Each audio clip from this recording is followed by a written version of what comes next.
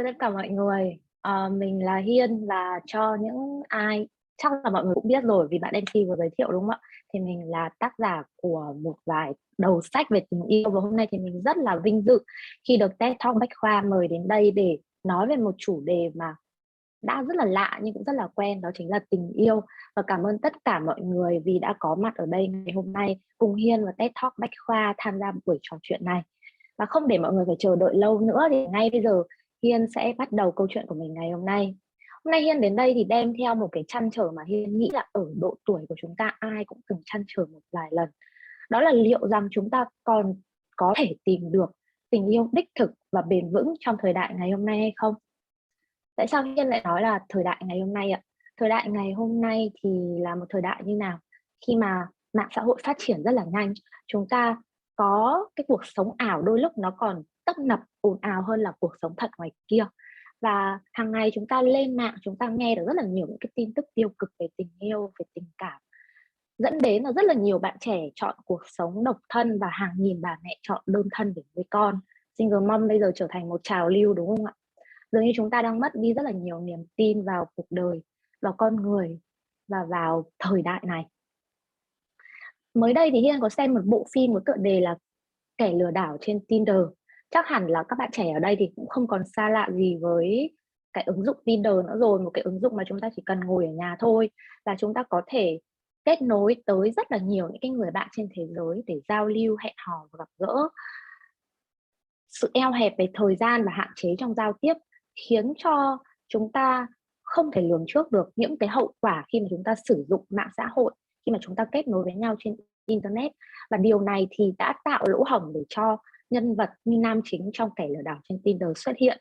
Vâng, nam chính trong bộ phim này thì đã dựng lên một cái cuộc sống xa hoa không có thật để lừa dối tình cảm của rất nhiều cô gái trên thế giới, và anh ta đã chiếm đoạt tài sản của rất là nhiều cô gái. Nhưng mà sau đó khi bị bắt thì anh ta chỉ bị phạt giam vài tháng tù thôi, và hiện nay thì anh ta vẫn đang có một cái cuộc sống vui vẻ hạnh phúc xa hoa với một cô người yêu là người mẫu. Nhưng điểm đặc biệt mà Hiên thích ở bộ phim này thì phải kể đến là có một nhân vật mà cô ấy bị anh ta lừa dối và chiếm đoạt tài sản.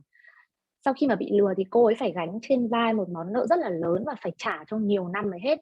Tuy nhiên là cô ấy vẫn sử dụng Tinder và cô ấy mong là có thể tìm được cho mình một chàng trai lý tưởng thông qua ứng dụng hẹn hò này. Vậy theo mọi người thì cô ấy có tìm được hay không ạ? Thật ra với Hiên thì Hiên cũng không biết chắc, bởi vì dù rất khó nhưng không thể phủ nhận được là chúng ta luôn luôn mơ ước là có thể tìm được một ai đó tâm đầu ý hợp ở trên mạng, dù là bất cứ cái mạng xã hội hay là một cái ứng dụng hẹn hò nào. Chúng ta luôn mơ ước là có một cái chàng hoàng tử nào bước ra từ điện thoại để dắt tay mình đi đến cuối cuộc đời. Ờ, nhưng mà khi mà cái cô gái trong phim này trả lời cái lý do tại sao mà cô ấy vẫn cứ tiếp tục sử dụng Tinder thì Hiên cảm thấy là đối với bản thân Hiên mà nói thì đã cho Hiên thêm rất là nhiều những góc nhìn khác, bởi Hiên cũng là từng là một người đã sử dụng qua ứng dụng Tinder, và Hiên cũng ngỡ ngàng ngơ ngác và bật ngửa khi mà gặp những cái đối tượng mình từng nói chuyện ở trên ứng dụng này ở ngoài đời thật. Tuy nhiên cái câu trả lời của cô ấy thì thật sự đã giúp Hiên nhận ra rất là nhiều điều. Cô ấy nói là tất cả những cái việc xảy ra với cô ấy, những cái vấn đề bị phản bội, bị lừa dối tình cảm và những cái món nợ này, nó xảy ra không phải vì Tinder, không phải bởi bất cứ mạng xã hội nào cả, mà đó là vấn đề về con người. Và sau khi nghe được cái câu nói của cô ấy thì bỗng nhiên Hiên nhận ra là có thể là bản thân Hiên hoặc là các bạn trẻ ngày nay cũng đã có một cái nhận thức sai, cũng đã chưa thật sự đúng đắn trong cái giá trị quan của mình. Và điều đầu tiên phải kể đến ý là chúng ta trong cái thời đại ngày nay chúng ta rất là dễ bị nhầm lẫn những cái giá trị cơ bản nhất. Chúng ta luôn tin vào những cái tấm hình mà đôi lúc là đã qua 1.000 lớp Photoshop rồi. Chúng ta luôn tin vào những cái lời nói mà đôi lúc là đối phương lấy ở trên mạng từ một tác giả nào đó, và chỉ để tạo sự chú ý với một cộng đồng nào đó hoặc là chính chúng ta mà thôi. Chúng ta chạy theo quá nhiều thứ gọi là mốt, và chúng ta quên mất cái việc phải trau dồi bản thân, phải hoàn thiện tâm hồn. Từ đó dẫn đến việc chúng ta ảo tưởng về bản thân và đối phương. Đã bạn nào cầm cái app điện thoại lên, cầm một cái app B612 chẳng hạn, nhìn vào trong đó và thấy là bản thân mình cũng xinh quá nhỉ, trông cũng thời thượng, trông cũng sành điệu, mình phải có một anh người yêu đẹp trai như Kim Woo Bin, đúng không ạ? Thì đấy là cái cách mà chúng ta rất là dễ ảo tưởng và nhầm lẫn về bản thân mình. Một anh chàng cao 1m8, tài chính tốt, điển trai, thể thao giỏi, vẫn có thể lười biếng, vẫn có thể yếu đuối. Và đôi khi mà chúng ta tìm những cái người đồng hành với mình qua những cái yếu tố nằm ở bên ngoài, và hy vọng là họ cũng sẽ hoàn hảo về mặt nội tâm, về mặt lối sống, vốn sống, thì rất có khả năng cao là chúng ta sẽ bị tan vỡ vì cái ảo tưởng nhận thức đó. Nếu mà yêu thích phim ảnh thì chắc là bạn sẽ biết có những cái bộ phim mang tên là Gone Girl, được chuyển thể từ tiểu thuyết cùng tên. Cái bộ phim kể về một cô gái mà sau khi cô ấy kết hôn cùng với chồng mình và sống cùng chồng mình một thời gian, thì cô ấy bắt đầu vỡ mộng, bởi vì chồng cô ấy không hề như những gì cô ấy nghĩ, và cô ấy đã dựng lên cả một màn kịch để đổ tội cho anh ta tội giết người. Vâng, khi mà tình yêu khi mà sự ảo tưởng nó vỡ tan ấy, thì dù là người mình rất là yêu, mình cũng cảm thấy phải trả thù, mình cũng cảm thấy bị phản bội, mất đi niềm tin rất là nhiều. Nhưng mà có bao giờ chúng ta tự đặt câu hỏi là tại sao ngày nay con người chúng ta lại cứ hay dựng lên những cái hình mẫu và cứ cố gắng tỏ ra thời thượng, lúc nào cũng phải đẹp không ạ? Có phải vì đôi khi chúng ta cũng đang rất là thiên vị cái đẹp, chúng ta hay dè bỉu chê bai và hay soi xét những cái khuyết điểm của người khác. Dần dần thì những cái điều đấy nó tạo áp lực cho những cái người xung quanh chúng ta, hoặc chính bản thân chúng ta lúc nào xuất hiện cũng phải chỉn chu, cũng phải xinh đẹp, cũng phải thời thượng, lúc nào cũng phải cập nhật xu hướng vì sợ mình là một người quê mùa. Rồi từ đó thì chúng ta bắt đầu mâu thuẫn về cái muốn của mình. Chúng ta là một người sống nội tâm, nhưng mà vẻ bề ngoài thì lại rất là hướng ngoại chẳng hạn. Chúng ta mơ ước là có một chàng hoàng tử, nhưng mà phải đẹp trai này, điển hình, tài chính tốt này, và rất là xuất sắc trong mọi mặt, nhưng đồng thời lại cũng phải hiểu chúng ta, chiều chuộng chúng ta tinh tế trong từng khoảnh khắc. Thật sự là bạn có nghĩ là có một người nào đó mà có thời gian để rất là chăm chút vẻ bề ngoài, lúc nào tóc tai cũng bóng loáng, ăn mặc sành điệu, nhưng lại có thời gian để hoàn thiện tâm hồn, hoàn thiện lối sống và tinh tế chiều chuộng chúng ta một cách gọi là như hoàng tử, như những cái chàng trai ở trong phim Hàn Quốc không ạ? Thật sự là sẽ có, nhưng mà đó là thiểu số thôi. Và bạn phải thật sự may mắn, hoặc bạn phải vô cùng xứng đáng thì mới gặp được những cái người như vậy. Nhưng mà may mắn hay xứng đáng thì nó cũng chỉ là một trong những yếu tố trong tình yêu thôi. Đâu có phải là cứ may mắn cứ xứng đáng là chồng không đi ngoại tình, không có trà xanh xuất hiện đâu, đúng không ạ? Hàng ngày lên mạng chúng ta vẫn đọc được những cái tin tức về những cái cặp đôi rất là đẹp, thậm chí là cô gái là hot girl, là giám đốc vẫn bị ngoại tình, đúng không ạ? Vâng. Thì thật ra mà nói là tình yêu ý, muốn thành công đôi lúc chúng ta phải học. Không giống như cái việc là khi mà còn đi học thì chúng ta được thầy cô chia sẻ kiến thức, rồi cho các bài học để làm bài tập, luyện tập. Thì với tình yêu chúng ta sẽ phải tự mình trải qua những cái sự thất bại để rút ra được bài học. Tuy nhiên chúng ta rất là dễ mất niềm tin. Những cái trái tim non nớt mới đậu đại học, mới đi học 1-2 năm chẳng hạn, bắt đầu có người yêu xong rồi rất là dễ cảm thấy tuyệt vọng, cảm thấy không tin tưởng vào ai được nữa. Nhưng thật sự thì tình yêu nó cần phải trải nghiệm. Những cái người mà không tốt với bạn, những cái sự thất bại trong tình cảm đôi lúc nó là tiền đề để chúng ta có thể rút ra được những cái bài học và có cho mình một mối quan hệ hoàn hảo, thành công hơn. Cho nên là mình nghĩ là một cái điều quan trọng là các bạn phải có niềm tin, và hãy tin vào những cái điều tốt đẹp, bởi vì cái người nào mà tin vào những cái điều tốt đẹp thì những cái điều tốt đẹp cũng sẽ rất là dễ đến với họ.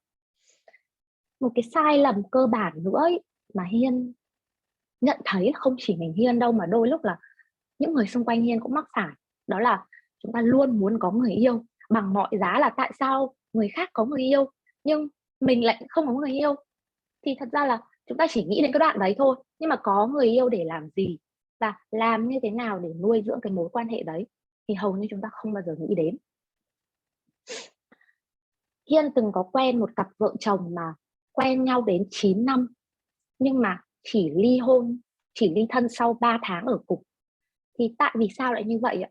đây là cái cặp vợ chồng mà họ là quen biết cho đến lúc là cưới nhau là hoàn toàn là ở ngoài đời thật, chứ không có thông qua bất cứ một cái mạng xã hội nào nhé. Suy cho cùng thì cái việc mà quen nhau trên mạng hay là ở ngoài đời nó cũng luôn có những cái sự rủi ro tương tự trong việc nuôi dưỡng tình yêu thôi. Thì bởi vì là khi mà chúng ta hẹn hò, chúng ta gặp gỡ, chúng ta hàng ngày cũng chỉ biết được về những cái mối quan hệ, về lối sống, về tính cách của con người, gọi là những bề nổi của tảng băng chìm mà thôi. Còn thực tế ra thì con người nó có một cái cuộc sống ở bên trong là cuộc sống nội tâm, và đôi lúc thì chúng ta khó chia sẻ với đối phương lắm. Bởi vì sao? Bởi vì chúng ta sợ là mình lộ một cái điểm xấu ra, mình lộ một cái khuyết điểm ra thì người ta sẽ bỏ mình đi. Và đôi lúc cũng bởi vì là con người chúng ta thường như nào ạ? Con người chúng ta thường rất là dễ thấy lỗi của đối phương thay vì thấy lỗi của chính mình. Rất là dễ tha thứ cho bản thân thay vì là tha thứ cho đối phương. Chúng ta quá là khắt khe, chúng ta thiếu sự bao dung trong tình yêu. Vâng. Và đôi khi và chúng ta rơi vào cái tình huống là đối phương không như những gì mình nghĩ thì chúng ta bắt đầu vỡ mộng, chúng ta cảm thấy bất lực, cảm thấy bất an, rồi cảm thấy trầm cảm, cảm thấy không còn tin được điều gì vào cuộc đời này nữa. Một ai đó đã từng nói khi bắt đầu yêu một người là chúng ta yêu cuộc sống này thông qua người đó. Cho nên Nhân thấy cái việc có một người để yêu nó là một cái việc vô cùng hạnh phúc. Tuy nhiên ngày nay chúng ta thì như nào ạ? Chúng ta cho là yêu cho vui thôi, yêu đến đâu thì đến, và chúng ta thường dễ vứt bỏ một mối quan hệ thay vì sửa chữa nó. Chúng ta thường vì một khoảnh khắc không vui mà quên hết những tháng ngày bên nhau.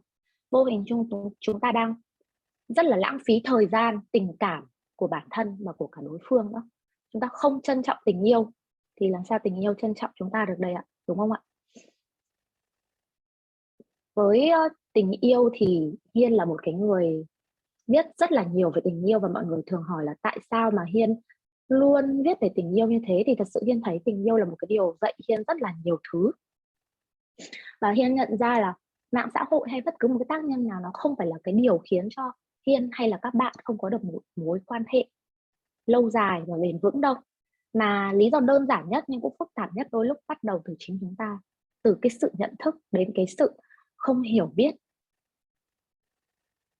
Hiên đã từng như các bạn rồi cũng từng mất niềm tin vào tình yêu, nhưng rồi Hiên nhận ra là đôi lúc ý, một mối quan hệ dù nhiều dù ít, cái việc sai lầm nó đến từ hai phía. Một cái vỗ tay không thể đến từ một bàn tay, lúc nào cũng phải đến từ hai bàn tay. Và dù ít dù nhiều thì chúng ta luôn có lỗi trong một mối quan hệ. Cho nên nếu muốn có một tình yêu lâu dài và bền vững ý, thì điều đầu tiên Hiên nghĩ là chúng ta cần thời gian để hiểu, để chấp nhận và yêu thương chính bản thân mình trước đã. Bởi vì chỉ khi mà hiểu được bản thân, hiểu là con người không hoàn hảo, sau đó chấp nhận những cái mặt tối của bản thân mình và yêu lấy những cái mặt tối đó, thì mới có thể chấp nhận, hiểu và yêu thương những cái mặt tối, những cái mặt không hoàn hảo của đối phương. Và khi mà đã hiểu, đã yêu thương, đã chấp nhận rồi thì mới biết mình cần gì ở một cái người bạn đời sẽ đi cùng mình tới cuối cuộc đời. Mình cần cái vẻ bề ngoài hay mình cần cái nội tâm ở bên trong. Và khi mà đã quyết định lựa chọn rồi thì chúng ta sẽ có trách nhiệm với cái lựa chọn đó. Chúng ta mới trân trọng họ, chúng ta mới tôn trọng họ và tôn trọng chính quyết định của mình, có trách nhiệm với quyết định của mình. Quan trọng hơn hết ý, thì Hiên mong là chúng ta hãy đừng nhìn quá vào cái vẻ bề ngoài. Bởi vì nếu như bạn nào mà biết đến truyền thông một sản phẩm đi, thì đương nhiên là sản phẩm hình ảnh phải đẹp, content phải xuất sắc thì chúng ta mới muốn tìm hiểu nó và mua nó về. Nhưng mà khi mà mua về rồi ý, thì cái chúng ta sử dụng là cái sản phẩm ở bên trong, nó không phải là bao bì ở bên ngoài. Vậy nên là hãy nhìn vào phía trong của tâm hồn của con người, hãy nhìn vào cái cách họ sống, hãy nhìn vào cái sự đồng điệu về mặt tâm hồn nhiều hơn. Tình yêu ý, nó bắt nguồn từ cảm xúc. Phải có yêu thì chúng ta mới muốn đến bên nhau.